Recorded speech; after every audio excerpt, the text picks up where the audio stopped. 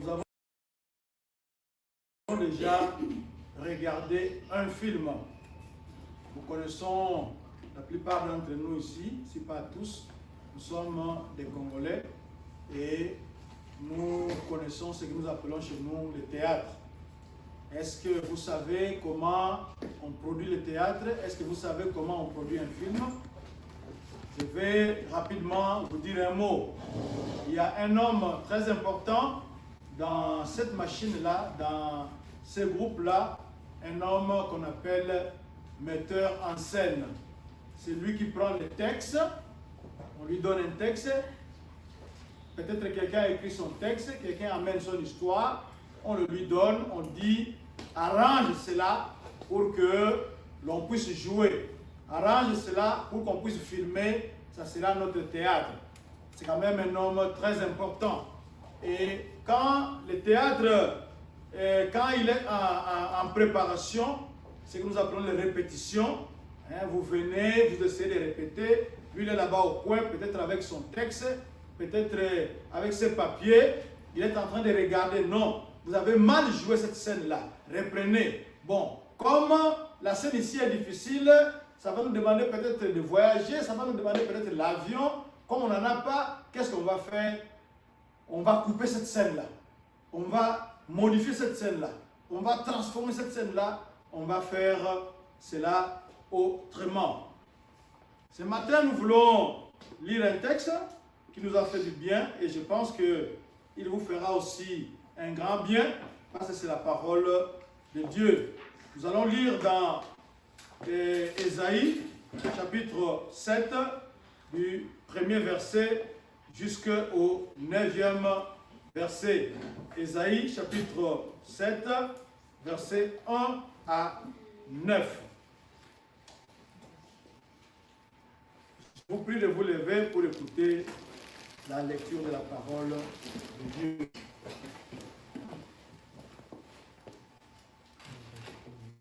Il arriva du temps d'Akaz, fils de Jotam, fils d'Ozias, roi de Juda, que Tin, roi de Syrie, monta avec Pékat, fils de Remalia, roi d'Israël, contre Jérusalem pour l'assiéger, mais il ne put l'assiéger. On vint dire à la maison de David, les Syriens sont campés en Éphraïm, et le cœur d'Akaz et le cœur de son peuple furent agités comme les arbres de la forêt sont agités par le vent.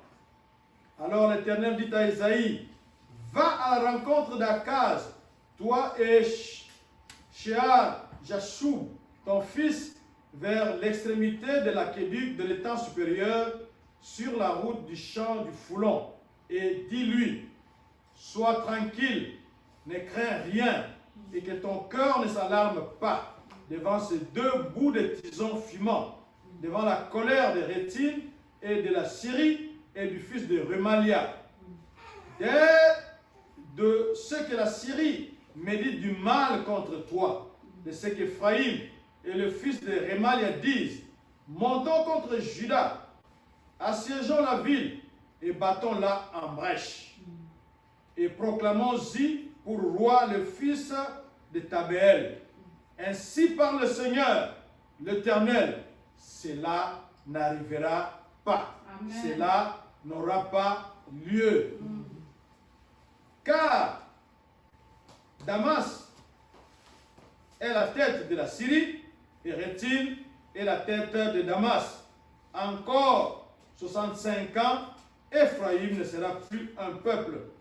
La Samarie est la tête d'Éphraïm et le fils de Remalia est la tête de la Samarie.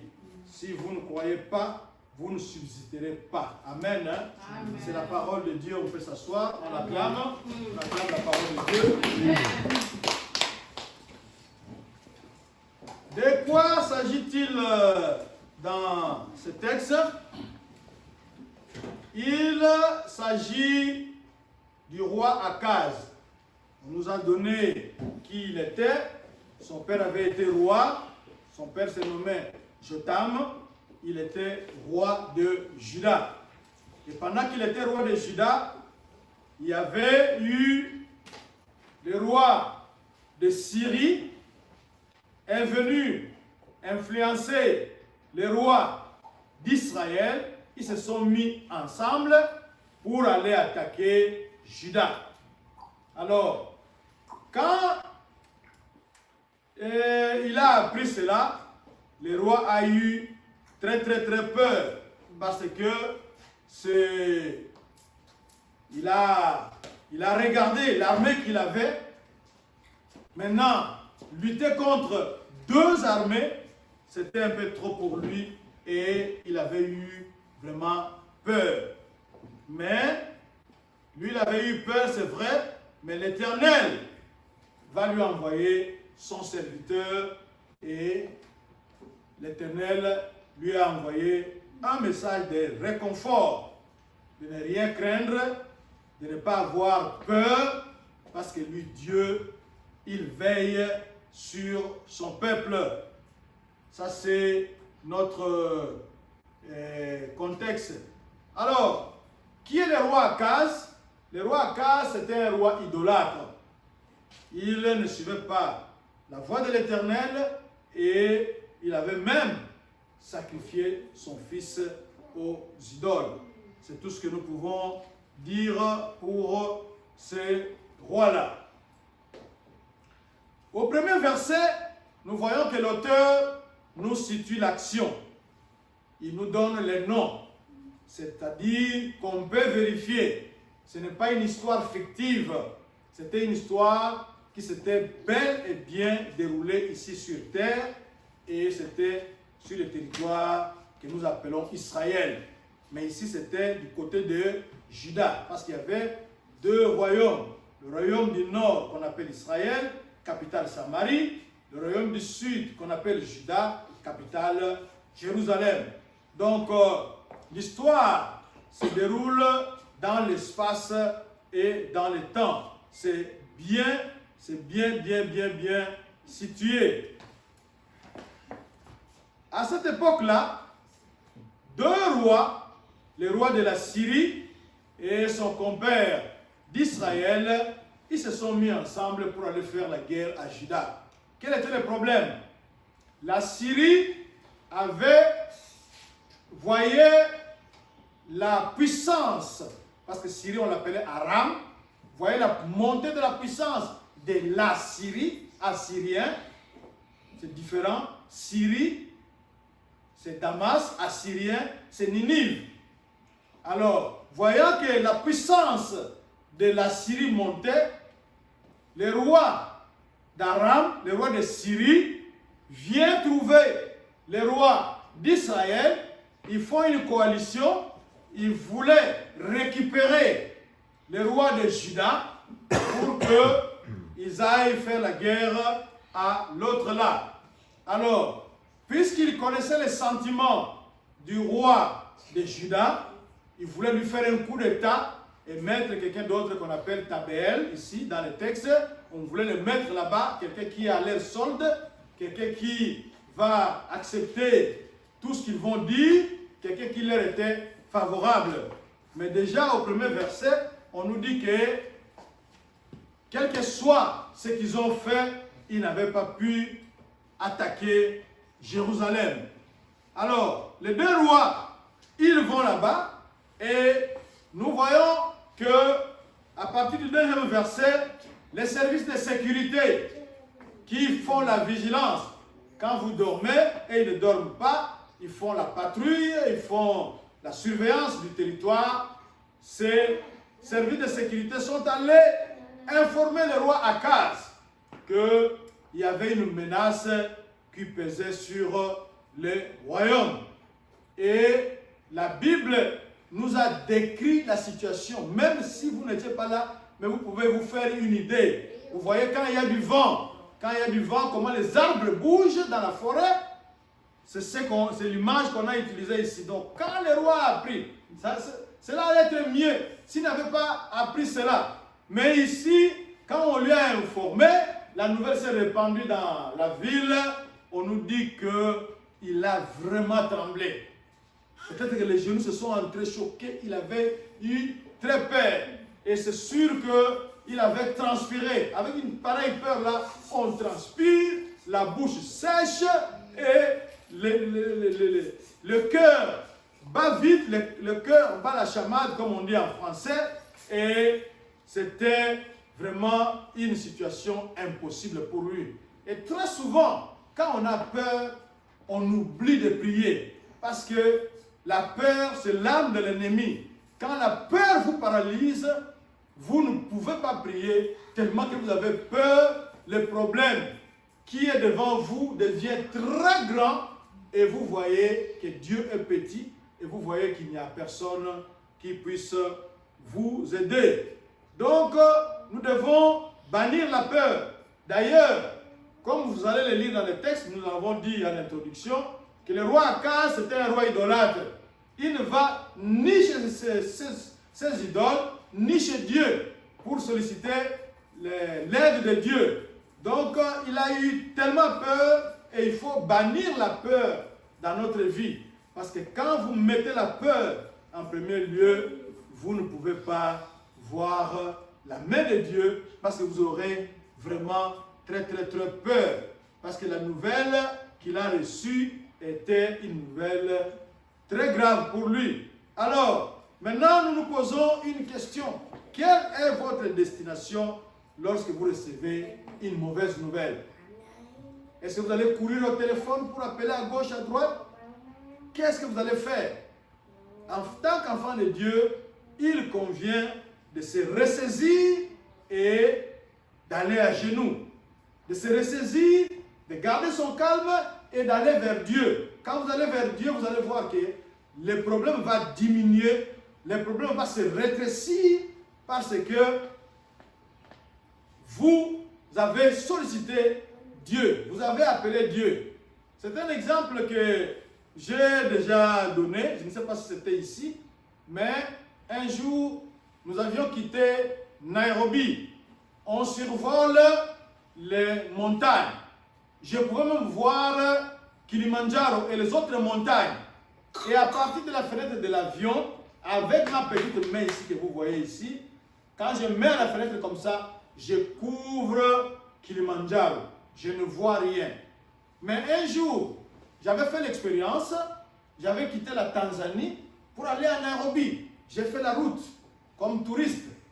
En faisant la route, je pouvais voir les montagnes. Que les montagnes étaient très massives. Les montagnes étaient très grandes.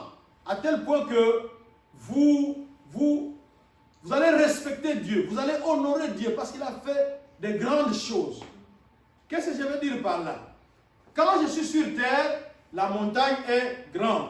Mais quand je suis dans l'avion, je domine la montagne devient petite. Ça signifie que nous devons épouser le point de vue de Dieu. Quand nous épousons le point de vue de Dieu, comme Dieu est au-dessus, il nous voit ici comme des fourmis. Même quand vous êtes dans l'avion, vous voyez nos voitures ici, nos gros véhicules ici, nos trains ici, vous voyez ça comme des petites boîtes d'allumettes. Donc, quand vous avez épousé le point de vue de Dieu, le problème devient petit. Mais quand vous épousez le point de vue de l'ennemi, vous verrez que le problème est très grand. Le problème vous dépasse et vous ne voyez même pas qui pourra vous aider. Mais ici, nous allons voir que l'Éternel connaît tout, Dieu voit tout et il connaît tout. Ici, ce n'est pas le roi Akaz qui va aller solliciter l'aide de Dieu. Je vous ai dit que la peur paralyse. Il n'est pas allé chez ses idoles. Il n'est pas aussi allé chez Dieu. Mais c'est Dieu qui prend le devant. Nous avons vraiment un Dieu qui est bon. Il voit notre problème, il voit notre situation, et voyant que nous n'allons pas vers lui, c'est lui qui prend le devant. C'est lui qui vient vers son peuple en danger. Il va envoyer son serviteur avec un message clair et précis. Il envoie le prophète Esaïe auprès du roi, parce que notre Dieu n'abandonne jamais son peuple et Dieu ne te laisse pas. Il n'abandonne pas, il ne laisse pas. Même si vous avez l'impression d'être seul, vous ne serez pas seul parce que Dieu a promis de ne pas vous abandonner ni de vous délaisser. Alors, c'est Dieu-là qui connaît tout. C'est Dieu-là qui a assisté au complot. C'est comme ce que Maman Solange disait ici tout à l'heure. Quand ils font les réunions, ils sont à deux. La troisième personne, c'est Jésus-Christ qui est là. Il écoute, il voit et il agit déjà à partir de là. Amen. Ici, Dieu était témoin. Il a vu leur complot. Il a vu ce qu'ils faisaient. Dieu les a regardés. Dieu les a pesés. Il a envoyé un message de paix. Il a envoyé un message de réconfort à son peuple. Pourquoi? Parce qu'il maîtrise la situation. Ne regardons pas notre situation comme je viens de le dire. Parce que quand nous regardons notre situation, nous verrons que notre situation est big, est très monstrueuse, très grande, à tel point que nous allons même perdre la foi. Mais le Seigneur qui connaît la situation, le Seigneur qui connaît les enjeux, le Seigneur qui connaît les deux adversaires avec leur armée, qui se sont mis ensemble, il dit que ce sont des bouts de bois fumants. Je crois que beaucoup d'entre nous ici viennent de l'Afrique. Vous avez déjà certainement fait la cuisine avec le bois de chauffage. Mais ici, le Seigneur leur rappelle que les deux ennemis, les deux rois, qui ont une grande armée, qui voulaient venir attaquer son peuple, lui, le Dieu de l'Alliance, lui, le Dieu qui avait promis qu'il y aura toujours un successeur de David sur le trône, et le successeur de David en question, c'est Jésus-Christ. Dieu qui avait promis cela, il a vu la menace et il prend le devant pour protéger son peuple. Il prend le devant pour sauver son peuple, parce qu'il est le Dieu qui contrôle la situation. Et qu'est-ce que c'est Dieu-là qui contrôle la situation? On va dire, parce que c'est lui le grand metteur en scène. Donc il regarde. Moi, il y a des fois où, quand je dors et que je fais un mauvais rêve, je m'adresse à Dieu comme étant le metteur en scène. Je dis, papa, quand tu as filmé, quand tu as parti, il va couper pour changer la situation. Tu vois que c'était grave, tu vois que ça allait changer. Tu lui dis simplement, enlève cette partie-là. Ça ne me fait pas du bien, enlève cette partie-là. Coupe cette partie-là. Et le Dieu qui est le Dieu Tout-Puissant, El Shaddai, le Dieu qui contrôle la situation, il regarde la situation comme ça, il rit. Il voit que ce sont deux bouts de bois fumants. Vous connaissez le bois. Quand vous l'avez allumé, quand vous le mettez de côté, il va continuer à fumer, à fumer, à fumer. À la fin, le feu va s'éteindre. Et d'ailleurs, notre Dieu, il est celui qui... il est lui-même l'eau. Il peut éteindre. Il peut éteindre. Écoutons ce que la parole de Dieu nous dit dans Jérémie, chapitre 17, verset 13. Jérémie, chapitre 17, verset 13. Toi qui es l'espérance d'Israël, ô Éternel, tous ceux qui t'abandonnent seront confondus. Ceux qui se détournent de moi seront inscrits sur la terre, car ils abandonnent la source d'eau vive, l'Éternel. Donc ici dans le texte, nous voyons que l'Éternel, il est de l'eau vive. Et quand nous continuons encore plus loin dans le Nouveau Testament, nous verrons que Jésus-Christ se compare à de l'eau vive. Il dit que vous avez besoin, vous avez soif, venez à moi, des sources d'eau vive couleront de vous. Nous savons que l'eau et le feu ne s'entendent pas. Et quand vous voulez éteindre un feu, qu'est-ce que vous faites? Vous prenez de l'eau, vous jetez sur le bois, sur la braise, et cela va changer, cela va s'éteindre. Alors, Dieu qui les a pesés, Dieu a regardé, il les a pesés comme ça, il dit, oh, petit problème, ce sont deux bouts. Pas quelque chose de long, deux bouts. Ça, quand on dit bout, ça signifie que c'est court, c'est petit. Il les a pesés, Dieu les a pesés, Dieu contrôle la situation. Dieu est le grand metteur en scène, il a regardé comme ça en bas, il a dit, oh, là il n'y a rien, deux bouts de bois fumant. il suffit que je jette un peu d'eau là-bas dessus, il suffit que Jésus-Christ, qui a promis que des sources d'eau vive couleront en vous, c'est parce que lui, il est la véritable source. Il dit que c'est un petit problème. Donc, n'ayez pas peur, ne soyez pas bouleversés, soyez calmes. Et quand nous lisons Ésaïe, chapitre 30, verset 15, là, il nous dit, en effet, voici ce qu'avait dit le Seigneur, l'Éternel, le Saint d'Israël. C'est dans le retour à moi et le repos que sera votre salut. C'est dans le calme et la confiance que sera votre force. Mais vous ne l'avez pas voulu. Donc Dieu demande à son peuple d'être calme. Dieu demande à son peuple de retourner à lui, de ne pas se déranger, de ne pas se débrouiller, mais d'abord de commencer à Dieu. C'est Dieu qui contrôle la situation. C'est Dieu qui va donner la réponse adéquate. C'est Dieu qui va vous montrer la voie à suivre. Et Dieu demande à son peuple de ne pas se troubler, même si ceux qui sont en face là-bas, ils sont nombreux et qu'ils ont décidé de faire le mal. Devant les pressions de la vie, ne bougeons pas, ne bronchons pas, même s'ils sont nombreux, même si la pression est comment, ne bougez pas, restez calme. C'est ça le conseil que Dieu nous donne ce matin. Nous devons être calmes, même s'il y a une grande pression de la vie, même s'il y a un grand problème quelconque, soyons calmes, soyons sereins, regardons à Dieu parce que lui, il contrôle la situation. Les deux armées ici, comme je l'avais dit avant, ils avaient programmé un coup d'État.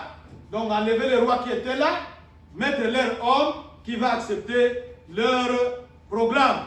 Ils voulaient mettre leur acolyte là-bas. Et nous connaissons aussi le programme de l'ennemi.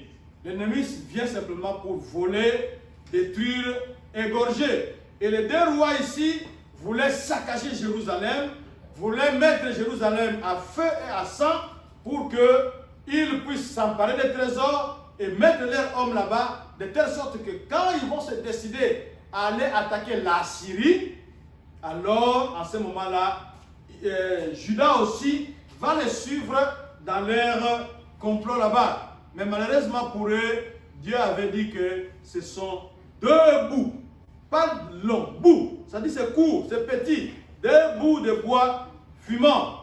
Et Dieu nous a donné la puissance de marcher sur tous les programmes de l'ennemi. L'ennemi peut faire des complots, l'ennemi peut faire des programmes, n'importe quel programme. Son programme n'a jamais été bon envers nous, mais Dieu nous a donné l'autorité de marcher sur lui d'abord. Et cette autorité-là, ce n'est pas de nous-mêmes, mais c'est dans le nom glorieux de notre Seigneur Jésus-Christ. Parce qu'il a dit qu'il nous a donné l'autorité de marcher sur les serpents, sur les scorpions et sur toute la puissance de l'ennemi. Et il a ajouté que rien ne pourra vous nuire. Et le Maître suprême de l'univers affirme que cela ne se produira pas. C'est ça le thème de notre message de ce matin. Cela ne se produira pas. Cela ne se réalisera pas. Cela n'aura pas lieu. Cela ne se produira pas. Cela n'aura pas lieu. Même si on a tout signé, même si on a tout arrangé, Dieu a regardé comme ça le vide et qu'au simbate. Dites à votre voisin, à votre voisine, cela n'aura pas lieu. Cela ne se produira pas. Et qu'au simbate. Cela ne va pas se produire.